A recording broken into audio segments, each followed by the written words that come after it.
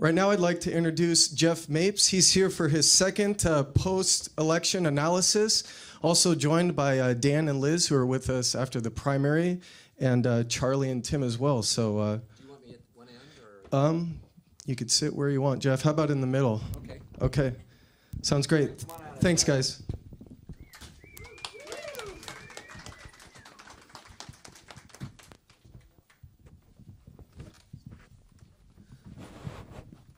Hi. Thanks so much for being here, and thanks for introducing me, Chris. As you said, I'm Jeff Mapes, senior political reporter for the Oregonian, and you're lucky I do feel better today. I was dragging yesterday, you know.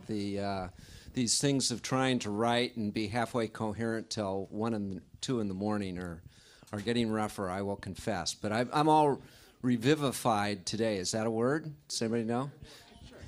Sounds good, decent, more or less? Okay.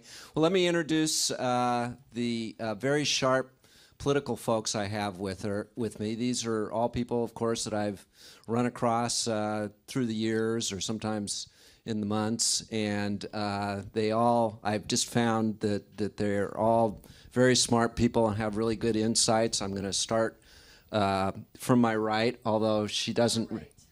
Yeah. Farthest left possible. Yeah. Liz Kaufman, who was the campaign manager for the Yes or 91, the marijuana legalization campaign. Been involved in a number of ballot measures through the years, particularly a lot of different school levy elections. And boy, does this woman know grassroots politics, even before she was involved with pot. Pot and kids. Yeah, and Dan Levy. Dan I met way back in the mid-'90s when he was a rising young staffer in the Oregon legislature, worked for Gordon Smith, who was then the state Senate president, and later became a major advisor to him when he was in the U.S. Senate, and is now president of Gallatin Public Affairs, and which has offices just about everywhere in the West, right? Oregon, Washington, Idaho. There you go. Okay.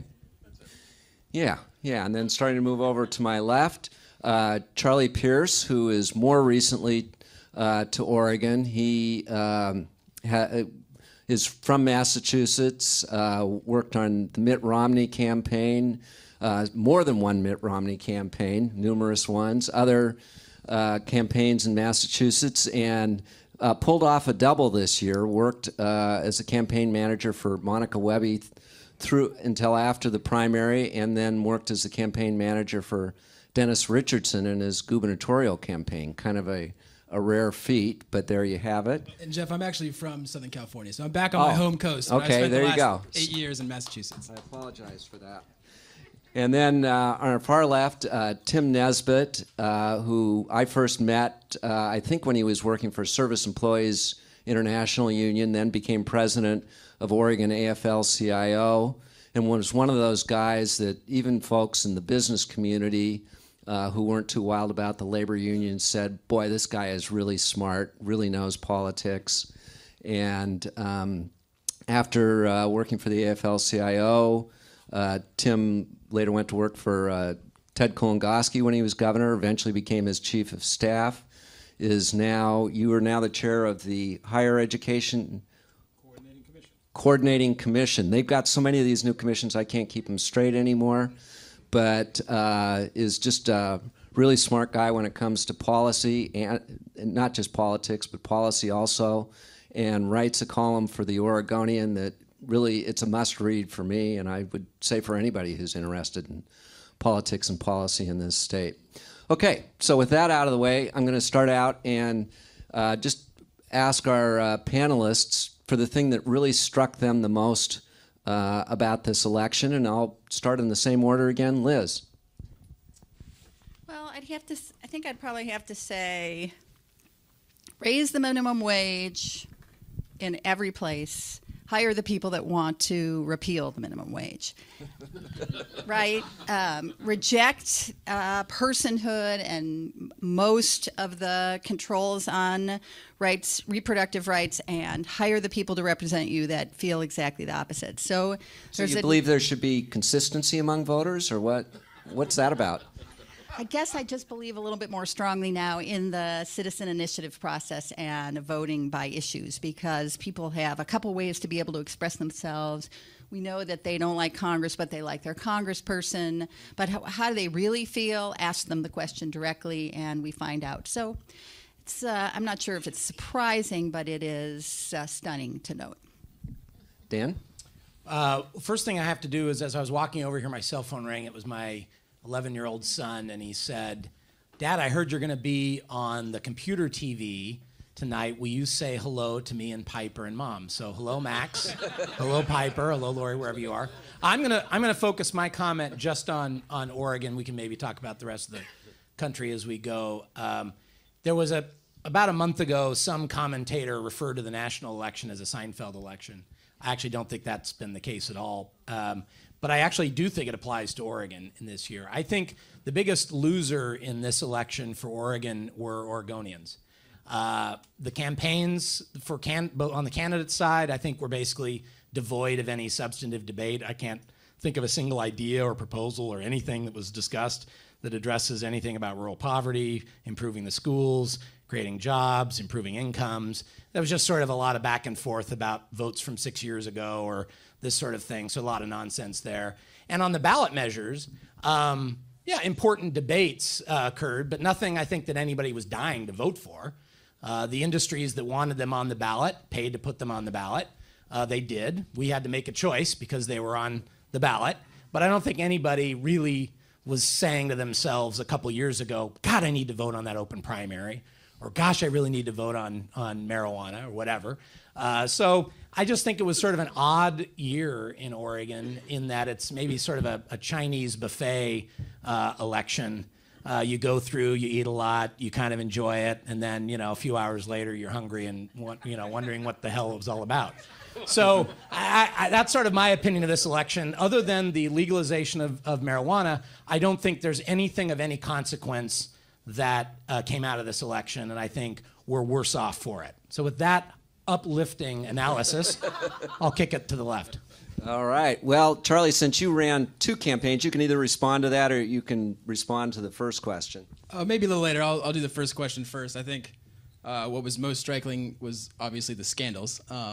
There were 3 or 4 major ones in this race. And I think going forward, the most striking is Governor John Kitzhaber's refusal to answer any questions about, I mean, I know he wanted to say that a lot of our accusations were from the campaign, but from the media and from former members of his own staff about very serious pay-to-play issues in his office. Governor Kitzhaber has now not given an interview since October 8th with the Associated Press of last month. He's probably the only governor who ran for re-election who did not give an interview for almost a month before the end of the campaign. In 2 days, it's going to be a full month since he's given any answers to the press. There's some very basic questions about what he knew when. There's his staff has withheld public records requests for past the statutory deadline. This story is going to continue to bleed out for the next few weeks. How much his staff, government staff, was involved in helping his campaign by hiding those records, I think is going to be a major story for the next few months. And I'd have to say, out of the most striking things of this campaign, and I've seen a lot this cycle, it was that aspect. I felt Governor Kitzhaber would put this to rest by answering questions and moving forward. He decided to wait out the clock, win election, and we'll see how the cards fall for him. Well, it is going to be an interesting thing, and we'll get back to that. Tim. Well, picking up on what Liz said about the disconnect between issues and candidates, there continues to be a disconnect between ballot measures and candidates. I was surprised that, given the vote on Measure 88 on the driver card, that no candidate that I could tell paid a price for his or her vote in favor of that proposal. And it wasn't, in some cases, for lack of trying. Patty Milne really savaged Peter Courtney on that issue. But the vote that Courtney got was identical in percentage as he got 4 years ago. So there's a disconnect nationally. You look at the minimum wage measures that passed in the red states. There's a disconnect here in Oregon. And by the way, this was the first election that I can think of in Oregon, in my time in Oregon since 1989, when I voted yes on every measure. But you all know how that came out. Yeah. Yeah. Okay, with that very interesting start, and I'm glad to see the campaign can still continue some. Yeah, right. This is good. Keep it going. Yeah, I want to talk a little bit now about some of the specific things that these people bring some expertise to. I'm going to start with Dan on this go around during. Gosh, it all runs together. I think during the May primary, am I getting that right? You were involved in a county GMO measure down in Jackson County, where the industry, that provides genetically altered seeds, lost down there. It was a farming issue. So, give me your sense of what happened on the campaign. I've been amazed. Now we've had 3 elections in 3 years on this GMO labeling issue. Each time the industry wins by this vanishingly small percentage. I mean, I didn't know that you could calculate it that carefully. I'm not paying for a landslide here. I'm just going to pay to defeat this thing by 1 percentage point. I literally didn't know that as possible. Well, one thing I'd point out, I'm pretty sure, I haven't looked at all the races, but I think every candidate or every measure that had more money won. So I think that's a trend that started long ago and is continued. Except for driver car. No, that's... No. Measure 90 is exception. Yeah, that's true. That's true. But anyway, on the issue of GMOs, so the issue we worked on in May in Jackson County was about banning crops and banning seeds related to GMOs. And obviously the measure on the ballot here statewide was about labeling. And I think the strongest point of the pro-campaign was the argument about food, about seeds, the blue seeds. And I think the issue of labeling is easy to confuse and easy to confuse the voters. And when you're trying to get a yes vote, that's a very high hurdle. And they started high and worked low. Tim actually wrote a very good piece sort of analyzing how you attack a certain measure and the various strategies that you take. So I thought the opposition did a superb job, really, of pounding away on the confusion and the inconsistencies in the measure. Needless to say, they would argue both sides of the issue. But in voters' minds, when you want to create doubt, that's the way you do it. And I thought they did a very effective job. They had seemingly, no end to the television ads. I mean, they went on and on and on. I was like on the Hallmark Channel at 2 a.m. one time, and I saw one on there. So I thought they did I think the interesting thing, the crop ban passed in Maui on election day. It passed in Jackson County. The labeling actually passed in Jackson County measure. I think that the issue is much stronger when you're talking about food versus the label on the food for people. Now, having said all that, I still think it's a bogus issue. It's essentially one industry, the organics industry, trying to gain a competitive advantage over the traditional farming industry, and there's no scientific evidence to suggest there's any health or other risks associated with GMOs. But having said that, setting the substance aside for a minute, I think that they're much stronger arguing food than labels, and I think you're going to see that in future measures, getting away from the packaging and the labeling and focusing more just going right to the source on the farming and the food. Okay. Jeff, could I Yes, weigh in? The other point I think that should make the opponents of labeling concerned is that probably the argument that carried the day for them was that it doesn't go far enough. And so basically they peeled off a significant margin of voters who are otherwise inclined to vote in favor of it just because they created doubt about not going far enough. And from voters I talked to, that actually worked. The entire food service department in Corvallis schools was voting no for that one reason. It didn't go far enough. So I think we'll see action at the federal level, not so much in favor of labeling so much as to prevent it or preempt states from acting on it. So those who think that the next step is a strategy at the federal level, given the vote, given Tuesday's results, I think are misguided in that sense. I think just keeping the feds out of it might be the best strategy, and to continue to look for states where it's ripe for passage. Although I think, I mean, it's funny you mentioned a Democrat for states' rights. There you go.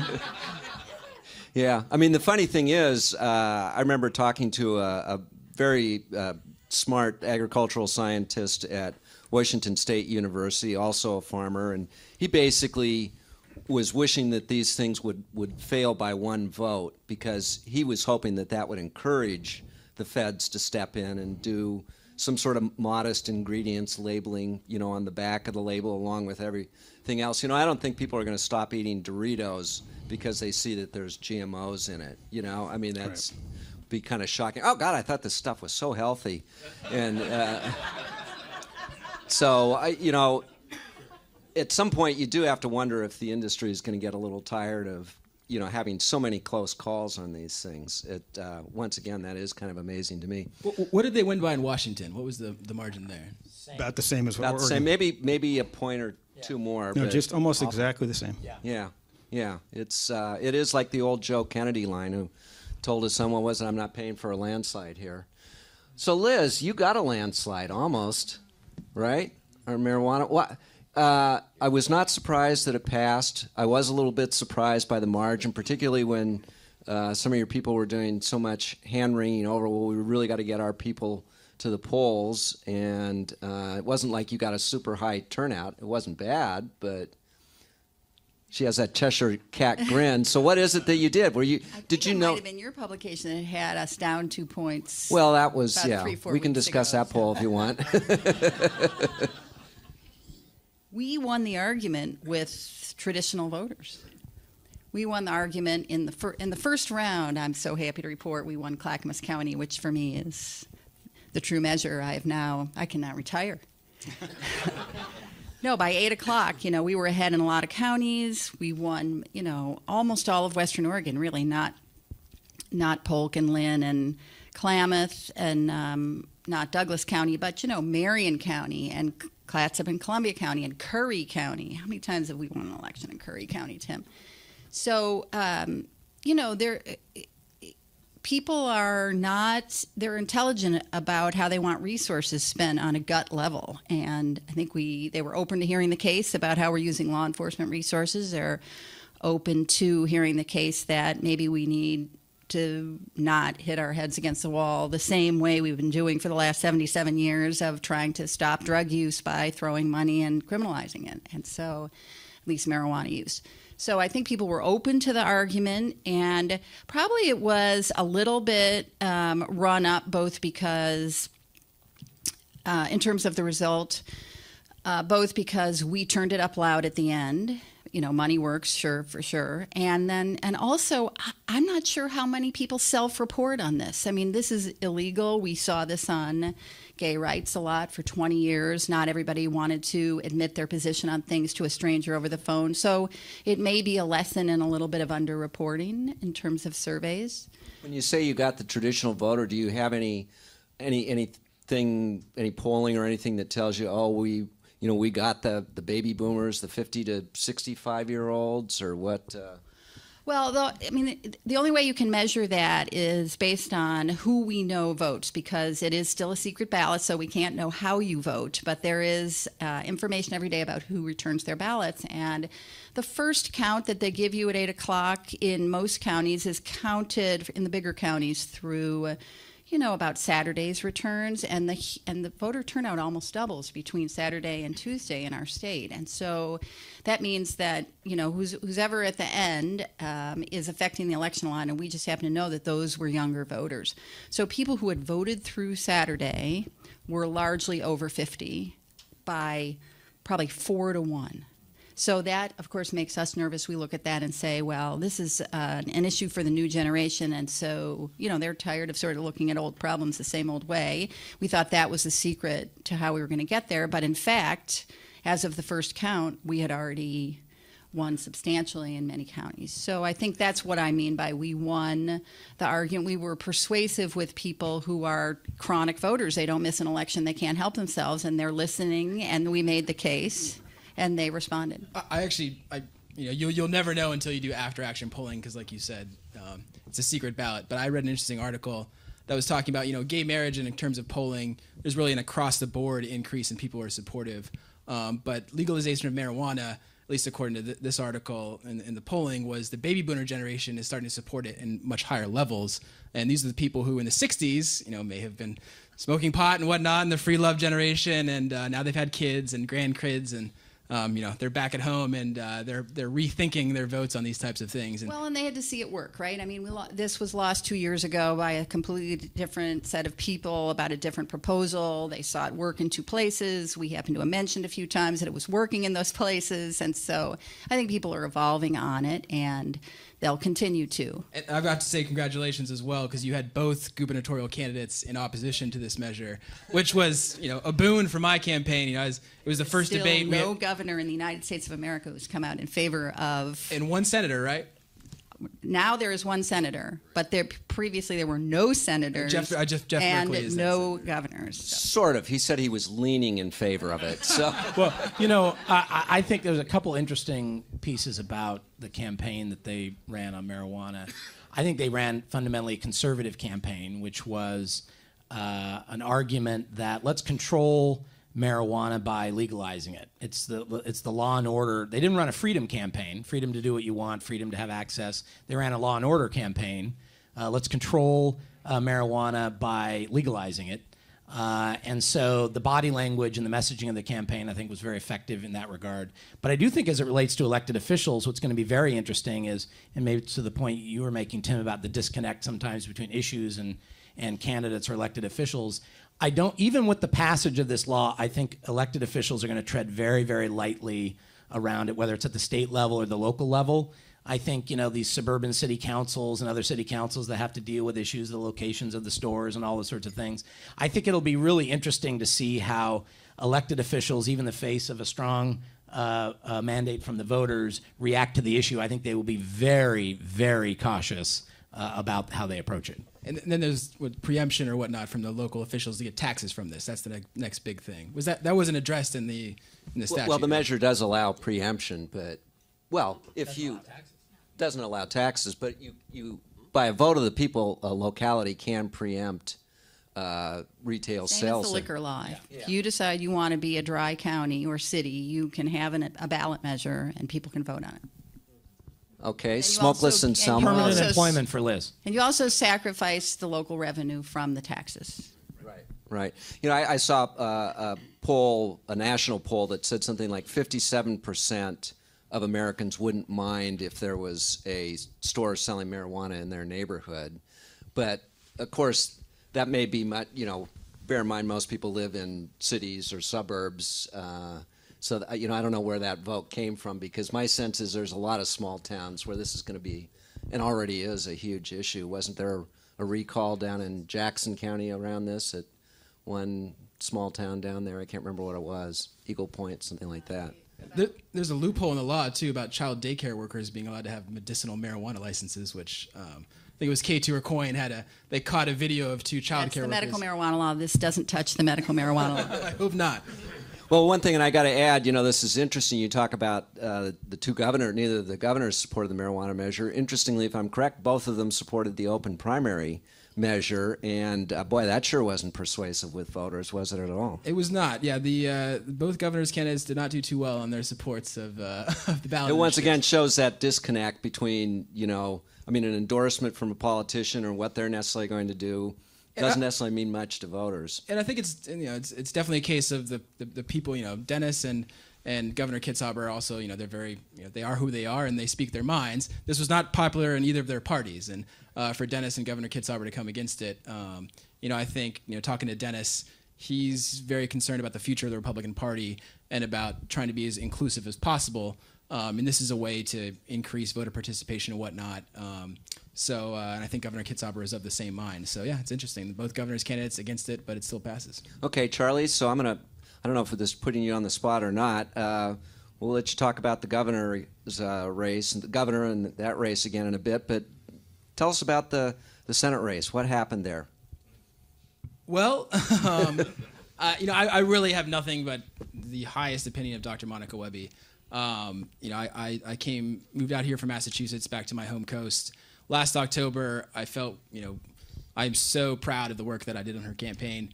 A lot of people did not think that Oregon was going to be on the U.S. Senate map, including when I first talked to Jeff Mapes. He was a little incredulous, and raised a lot of money. And Dr. Webby, when you're looking at kind of baseball card politics, you pull it out, and she's beautiful. She's a pediatric neurosurgeon. She's the first woman to graduate from pediatric neurosurgery at UCLA. Former president of the Oregon Medical Association. On the board of trustees, the American Medical Association.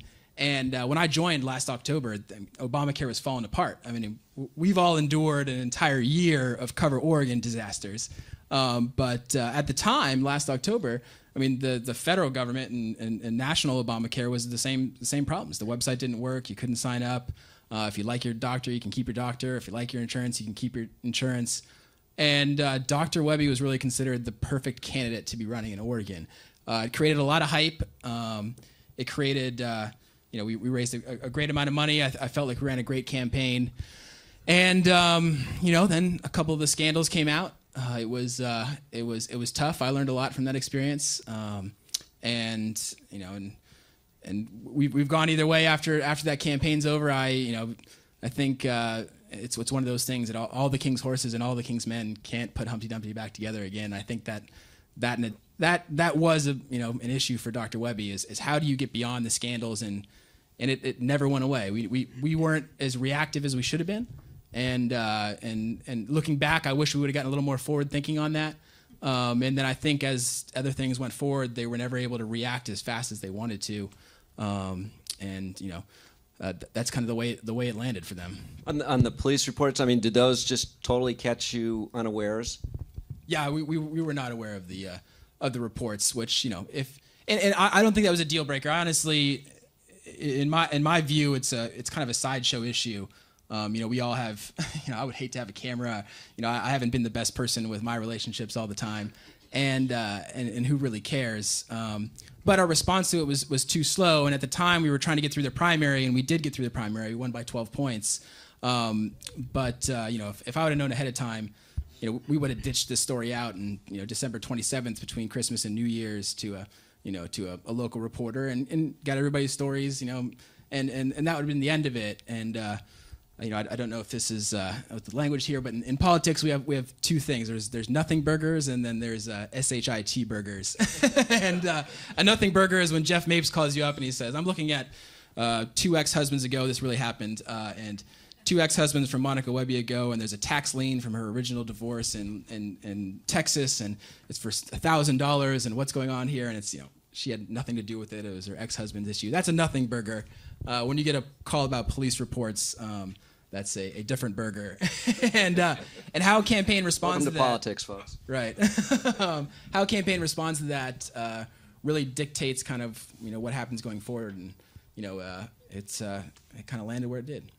Okay, Tim, you're one of the best policy guys in the state. You heard what Charlie here had to say about how the governor dealt with the media during the campaign, with the problems involving the First Lady.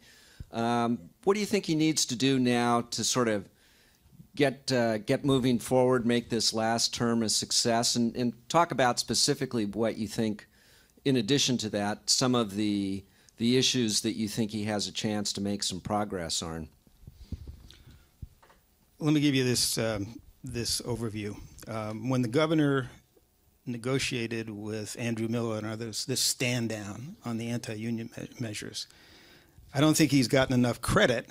Hold on just one second. I want to explain to anybody who might not have understood that. That involved where he reached an agreement that some sponsors of a measure that would prevent, basically it was a right-to-work law for public employees. Right. There was a measure filed for the ballot that would have threatened the union's right to continue cost-sharing agreements known as agency shop for non-members. And also, unions had measures which would have Dealing with proposed higher taxes taxes. for corporations and wealthy individuals. Right. Okay. With When- that, go ahead. When that face-off was averted, it freed up a lot of resources on the Democrat side to engage legislative races. So I think the big winner, by the way, I'm going to get back to answer your question, but I think the big winner in this election was the legislative leadership in both the House and the Senate and their institutional supporters. They picked up a seat in each chamber, not enough so that they have majorities to enact tax increases, but enough to give them a comfortable margin for a whole host of policy initiatives. The governor deserves a lot of credit for that, but at the same time, there's no doubt he has lost some power in that relationship, given the events of the last several months. I think his initial response to those was very forthright. For those who continue to question the timelines involved with... You said forthright. How do you mean forthright? He immediately answered the questions, and I thought that Sylvia Hayes did as well. But I mean, the illegal immigration... Wait a minute, Charlie. We're not in the campaign anymore. So you say? No, we're not. It ended on Tuesday, did it not? Not for John Kitzhaber. All right. This is a different dynamic. This now is a dynamic of a Democrat in the governor's office and the Democratic control of the legislature. I think the governor will be a lot more focused on executive branch functions, dealing with the Cover Oregon problem and getting that back in shape, dealing with his education initiatives, a lot more implementation by the executive branch. And I think the agenda setting has shifted, when it comes to legislation certainly, has shifted to the legislature. Nonetheless, I think the governor can make a lot of progress on both of those fronts, both in healthcare and education, and he'll be in a position to help shape actually the agenda around working family issues and environmental issues that'll probably be most salient in the next session. You know, he's always talked about this term dealing with tax issues and trying to reform the tax code. Is that realistically off the table now? It's always been unrealistic to expect the legislature to solve that problem. So the opportunities are going to have to be built with a broader coalition that could come up with a measure to take to the ballot to eventually answer that question, which I don't think should be dismissed, certainly not in the next 4 years.